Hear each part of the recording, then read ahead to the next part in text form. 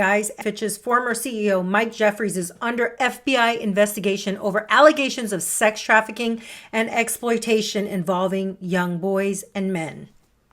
The reports that are coming out suggest that Mike and his partner, Matthew Smith, allegedly used a network of middlemen in order to recruit young boys participants between the years of 2009 to 2015. We don't know anything else about how long this went on. I guess the victims are saying it's between 2009 and 2015. God knows if other people won't step forward. I guess I should say that Jeffries himself said, basically, I'm guilty of no wrongdoing here. And he's denying all of this, saying that his company has been reformed in the past few years and it's just a great company. A scandal like this can severely damage a brand, completely driving away customers. I mean, the public backlash from something like this can, well, I think it personally, for me, it will decrease sales. It will cause people to lose confidence in this brand. Media coverage of this also will have a lot of public backlash. It's going to lead to things like decreased sales, decreased partnerships, employees feeling demotivated to work for a company like this. People could lose confidence and trust in a company like this, and it's going to be a real struggle for them to recreate an image that is as wholesome as they wanted Abercrombie and Fitch to be. Such a heinous thing to say that you were sexually assaulting young boys. This is the claims that are coming out, is, they coerced these people. They basically sexually trafficked these people. I'm just going to take you back to the 90s when I first saw this brand. Every time I'd walk past the store, I felt something airy about the store.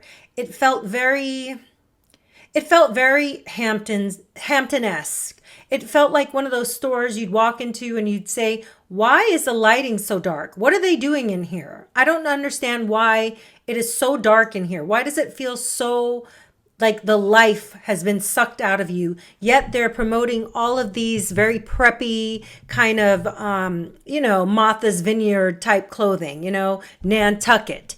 It felt like every time I'd walk in there, I felt like, okay, this is for the bougie kids, the preppy kids, the kids going to Yale and Harvard, which they used to have a lot of brand deals with a lot of these Ivy League colleges.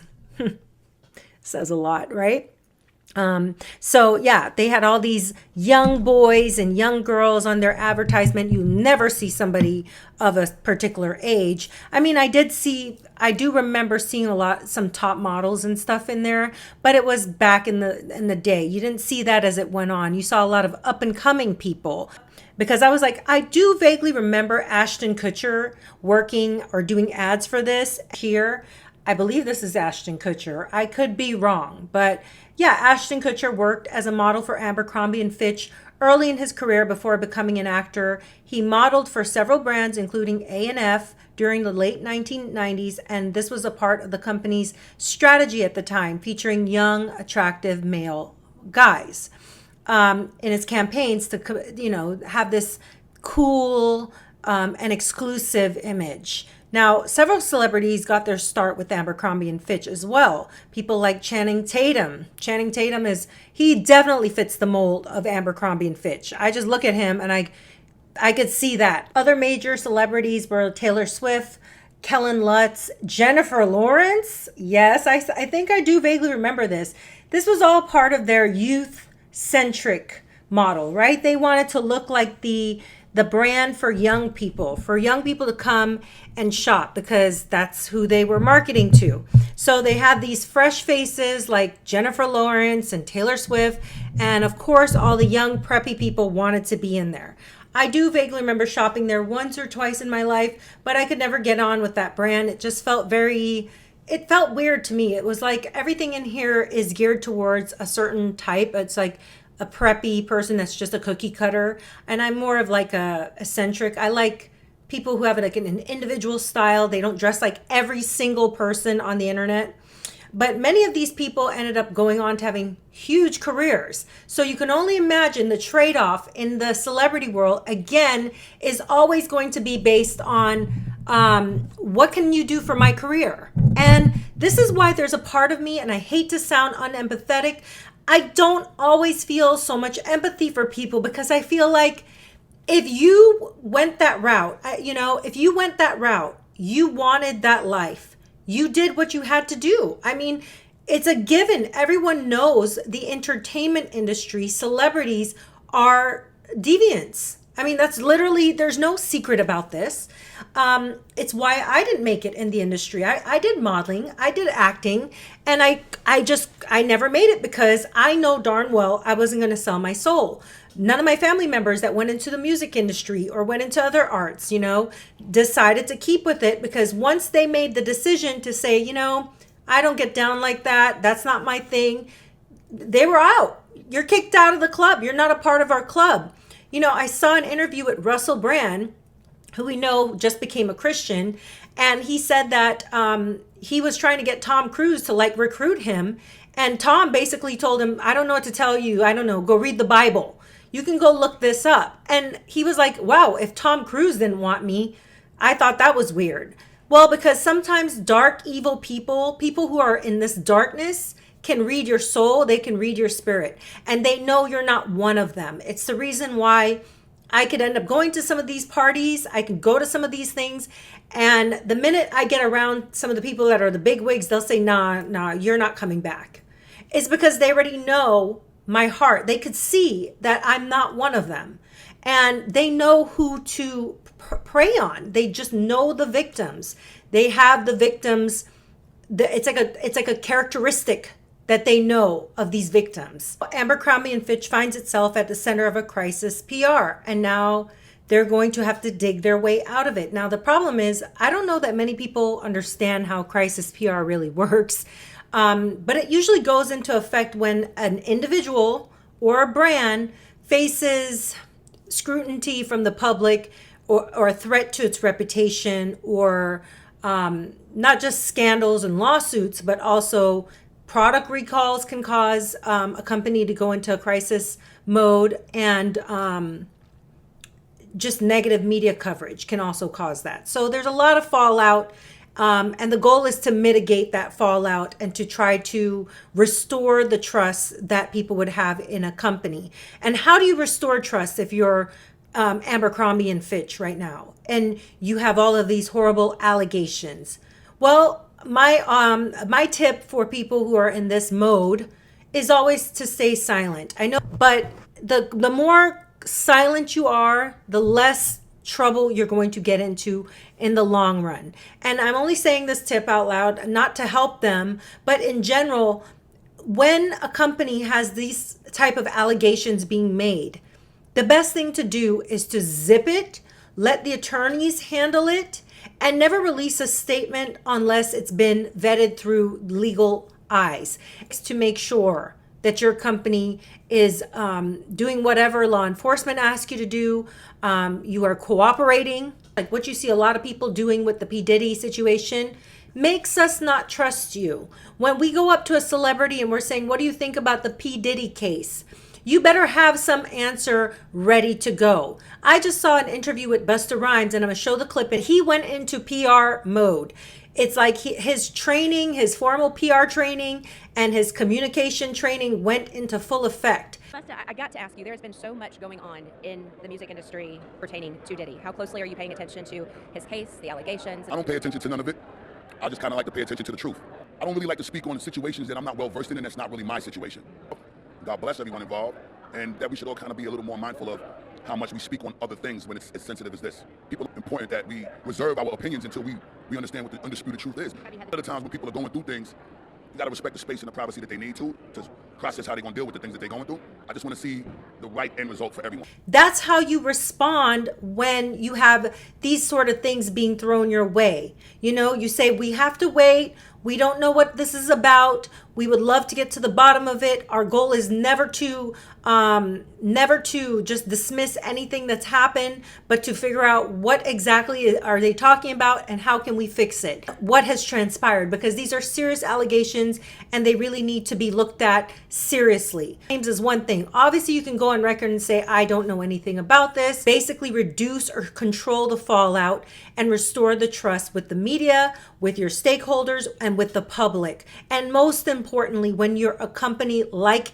Abercrombie and Fitch, that is a brand that is centered around young people, you want to mitigate that immediately. Now, most people will issue a statement. They will talk to the media. They will have a lawyer, deal with the press and mitigate it that way. But in this sort of situation, with this kind of negativity that's coming out with P. Diddy and many other things that we've seen just in the last 5 years, of Me Too and all the things that we've seen from Bill Cosby to, P. Diddy, R. Kelly, all these people, all of them. There's so many smedophiles in the entertainment industry that enough is enough. The public we're accustomed to it in a sense that we know that we cannot trust any of these corporations. We can't trust any of these brands. We can't trust, we can't even trust the food we eat. So literally, public trust has been deteriorated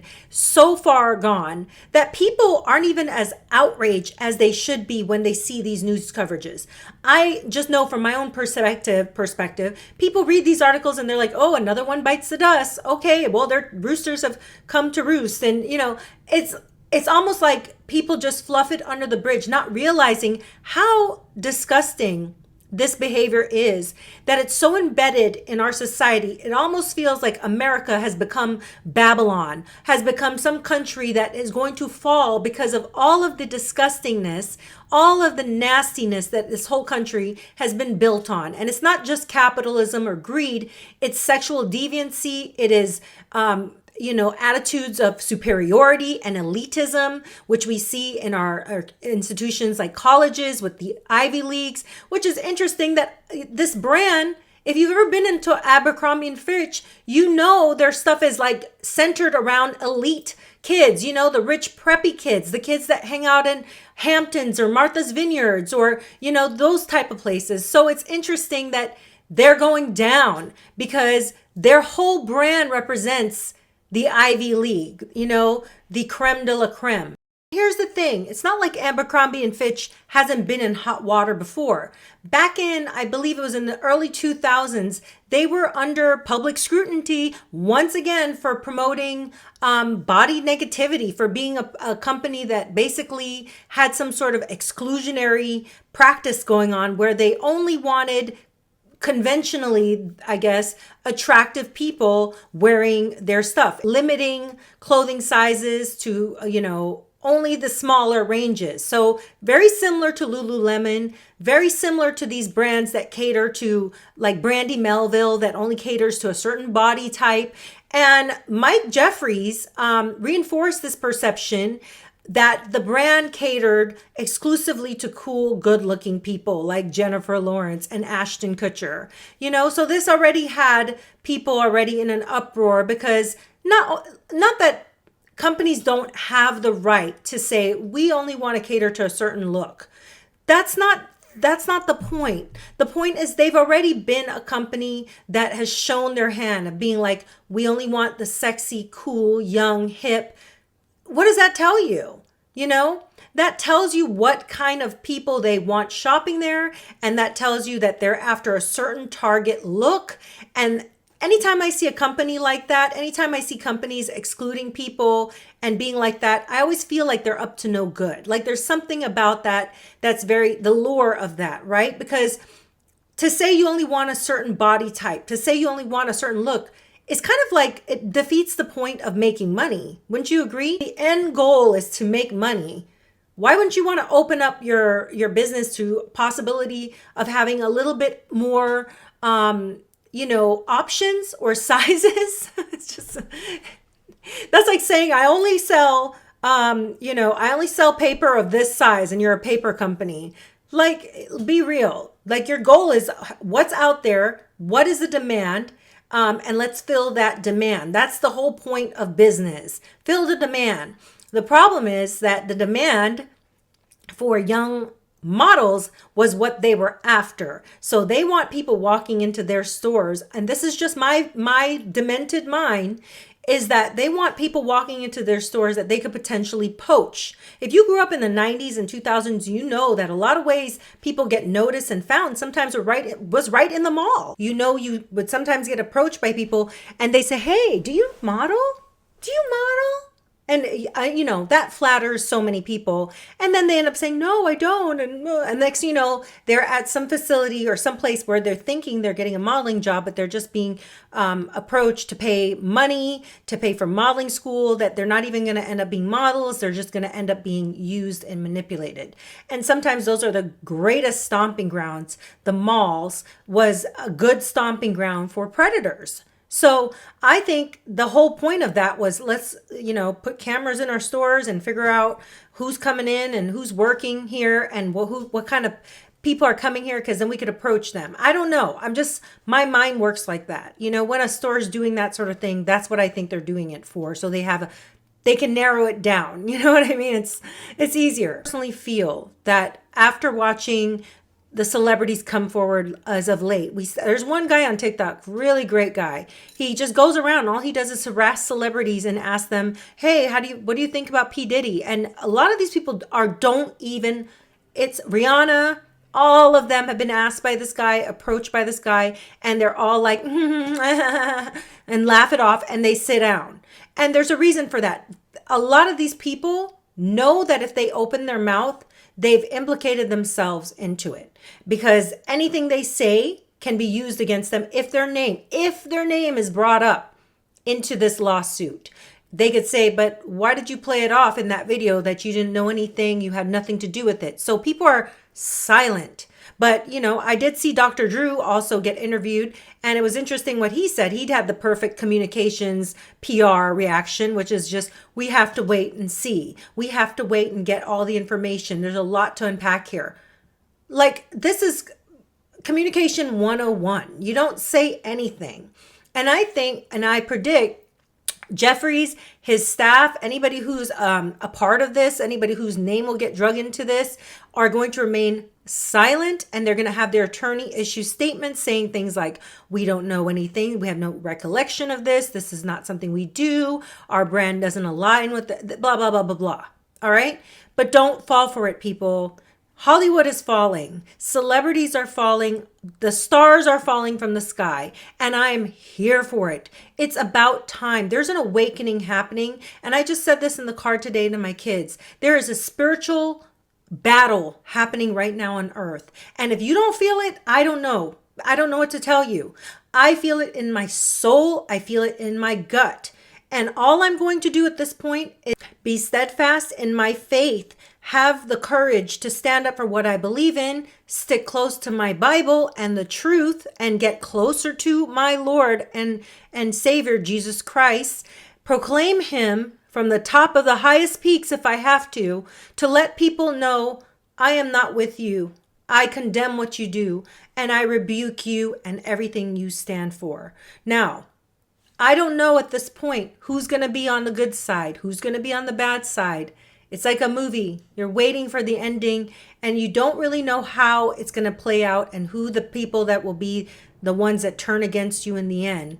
But all you can do is your best to be a beacon of light for other people, to stand up for the truth, to represent God, the God of our Bible, right?